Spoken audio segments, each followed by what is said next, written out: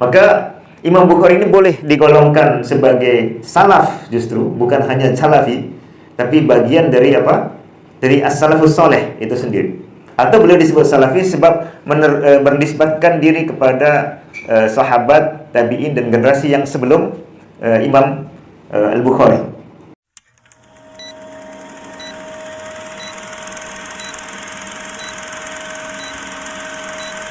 Alhamdulillah, pada pagi yang mulia ini kita adakan sedikit program diskusi akidah Al-Bukhari, Asy'ari ataupun Salafi yang akan dibahaskan dan juga akan dikupaskan oleh Ustaz Nidal Masyhur. Ustaz Nidal ramai dah kenal kot kan, antara pendakwah yang terkenal dan juga seorang yang sangat mutamakin dalam akidah kan? Dan juga sebenarnya ada banyak wacana-wacana yang diperbahaskan oleh Ustaz Nidal, termasuk diskusi sepatutnya akan ada dengan Syekh Saifuddin, tapi sampai hari ini belum terlaksana kan. Jadi kita diskusi dengan para asatizah. Jadi sekali kalau ada apa-apa yang boleh kita bincang dan juga boleh apa-apa buah fikiran dan sebagainya, boleh kita ni. Jadi tanpa melengahkan masa, saya menyerahkan dan juga menjemput Al-Fadhil Ustaz Nidal Masyhur untuk menyampaikan kajian beliau berkenaan dengan diskusi akidah Al-Bukhari. Silakan.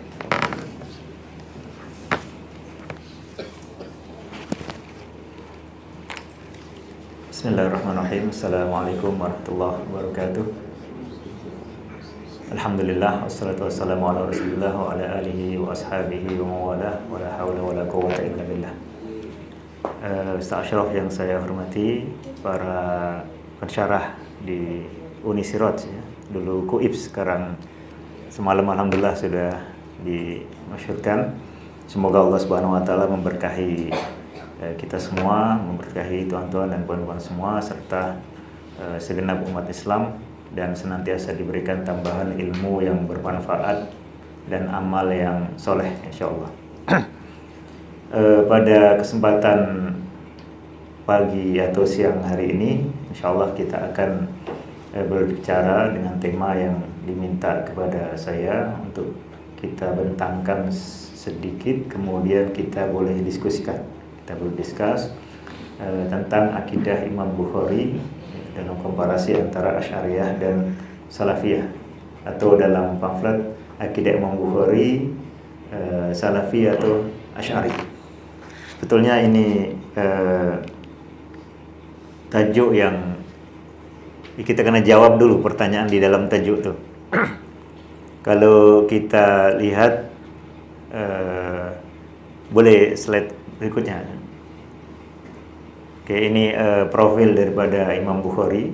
Beliau adalah Al-Imam Abu Abdullah Muhammad ibn Ismail ibn Ibrahim ibn Al-Mughirah Al-Bukhari. Sebab lahir dan hidup di wilayah Bukhara, wilayah yang sekarang ada di kawasan, kalau dulu namanya kawasan Khurasan. Kawasan Khurasan itu sekarang mencakup Asia Tengah dan Asia Selatan. Tapi kawasan itu, daerah itu sudah lama dikuasai oleh umat Islam, kemudian diperintah oleh umat Islam ya. Dan sudah lama pula masyarakatnya, penduduknya berbahasa Arab, berbudaya Arab. Kalau kita lihat nama beliau Muhammad bin Ismail bin Ibrahim bin Al-Mughirah. Al-Mughirah ini Al-Mughirah ibnu Bardizbah. Bardizbah itu kakek daripada Imam Bukhari yang waktu itu masih beragama Majusi sehingga meninggal. Lalu Al-Mughirah ini semasa muda masuk Islam. Masuk Islam di tangan seorang wali atau penguasa wilayah itu, orang Arab, sehingga dikatakan Al-Ju'fi. Al-Ju'fi nisbat kepada maula dia. Maula artinya orang yang membebaskan dia dari agama kafir, dan juga dulunya dianggap sebagai orang yang kemudian masuk ke dalam agama Islam. Lepas itu Ibrahim ini sudah berbahasa dan berbudaya Arab ya. Ismail, ayah daripada Imam Bukhari itu adalah murid daripada Imam Malik bin Anas dan pernah ketemu dengan Ibnul Mubarak. Tapi beliau sudah meninggal manakala Imam Bukhari ini masih kecil lagi. Ahabrul Islam artinya ulama Islam, al-hafidh li hadis Rasulullah sallallahu alaihi wasallam, yang menghafalkan banyak sekali hadis-hadis Rasulullah sallallahu alaihi wasallam. Dikata beliau menghafalkan sekira 600.000 hadis. Banyak sangat. Kalau kita lihat ensiklopedia hadis semasa kini, kita tak jumpa jumlah tu. Jumlahnya hanya sekira 60.000 hadis saja. Itu pun yang sahih hanya sekira 10 atau 15.000 hadis saja. Tapi maknanya menghafal 600.000 hadis itu, satu hadis boleh jadi ada banyak sanad. Kalau satu hadis 10 sanad dikalikan dengan darab 60.000 banyak. Itu yang dimaksud. Jadi beliau hafal semuanya dan boleh memilah-milah mana yang riwayat yang lebih valid, mana yang tidak. Semenjak dia masih kecil lagi itu sudah boleh koreksi salah satu gurunya dan seterusnya. Jadi ini imam yang sangat luar biasa. Keturunan dari bangsa Ajam, macam kita Melayu, ya, dulu ada bangsa Persia, bukan orang Arab, tapi menjadi ulama hadis yang paling terkenal sepanjang masa dan menjadi salah satu ulama besar Ahlu Sunnah wal Jamaah. Di situ dikatakan Sahibul Jami' as-Sahih, itu nama kitab yang paling termasyhur beliau, ya kitab Jami' as-Sahih, Al-Ma'ruf bi Sahih al-Bukhari, dan kitab At-Tarikh. At-Tarikh ini memuat nama-nama periwayat hadis. Ajza, ya, ada sudah keluar banyak jilid, mungkin belum lengkap. Kemudian Ad-Du'afa, kitab yang menerangkan rawi-rawi yang lemah fi rijal hadis, dalam para perawi atau periwayat hadis.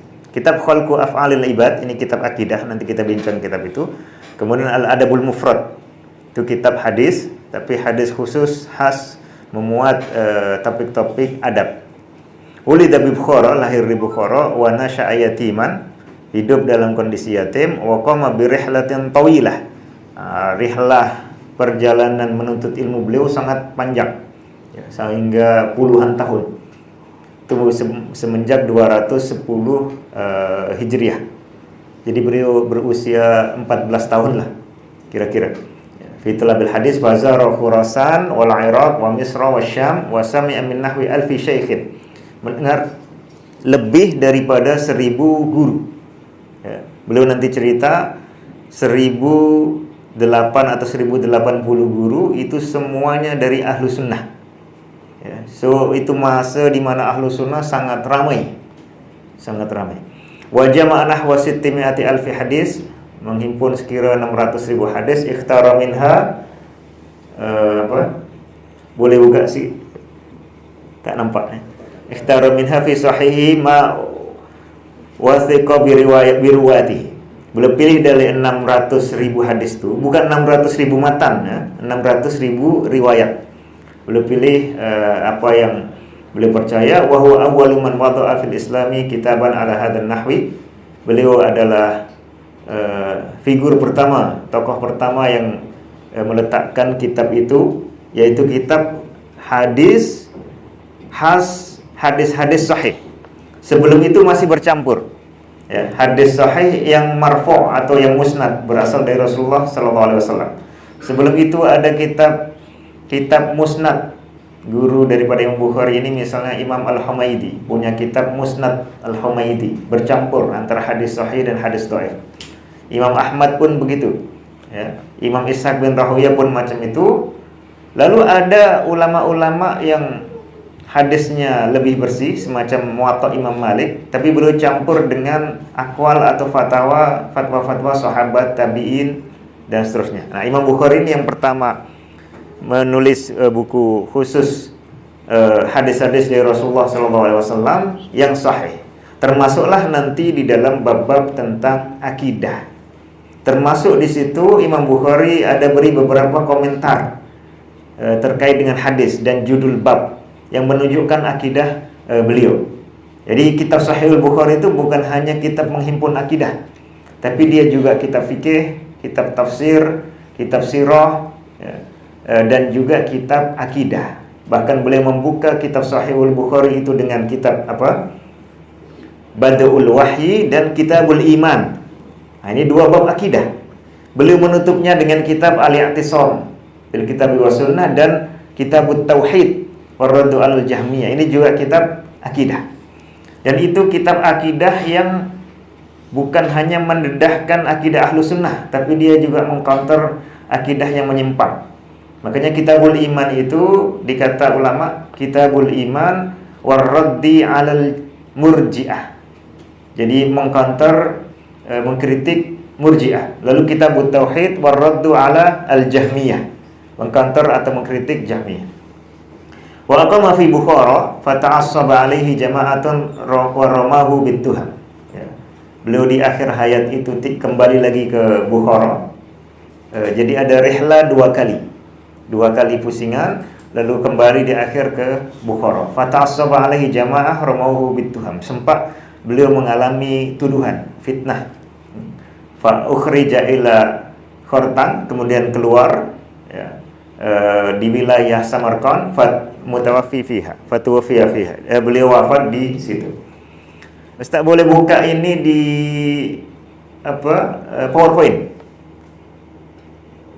Yang file kedua, ada? Ya. PowerPoint. Supaya tampak nanti apa? Animasi atau step by step. Baik, sebelum kita masuk, jadi kita sudah kenal Imam Bukhari ini hidup di abad kedua dan awal abad ketiga Hijriah. Oke.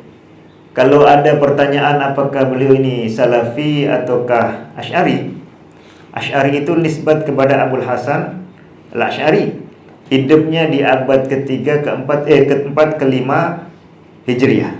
Tentu beliau bukan Asy'ari karena tidak mungkin dinisbatkan kepada orang yang baru sekian generasi ada setelah Imam Bukhari. Apakah beliau Salafi? Kalau salaf itu adalah nisbat kepada as-salafus saleh, yaitu generasi awal yang terbaik. Ada hadis yang mengatakan khairul quruni qarni, atau khairul quruni al-qarnul ladzi bu'ithtu fihi thumma alladhina yalunahum thumma alladhina yalunahum. Di salah satu riwayat ada 4 kali thumma alladhina yalunahum. Kalau 3 Imam Bukhari ini, beliau levelnya adalah pengikut daripada tabi'ut tabi'in. Jadi tubba'il atba'. Sanad paling pendek di dalam Sahih Bukhari itu berisi 3 rawi. Jadi antara Imam Bukhari dengan Rasulullah SAW ada 3 nama. 3 nama ini adalah sahabat, sahabi, kemudian tabi'i, lalu tabi'ut tabi'i. Nah, Imam Bukhari ini menjadi tubba'ul atba', jadi generasi keempat. Maka Imam Bukhari ini boleh digolongkan sebagai salaf, justru bukan hanya salafi, tapi bagian dari apa? Dari as-salafus saleh itu sendiri. Atau beliau disebut salafi sebab bernisbatkan diri kepada sahabat, tabi'in dan generasi yang sebelum Imam Al-Bukhari. Oke.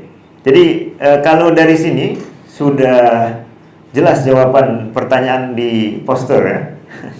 Beliau adalah salafi, bahkan bagian dari apa? As-salafus saleh yang orang-orang salafiyun bernisbat kepadanya. Nah, so kita boleh tutup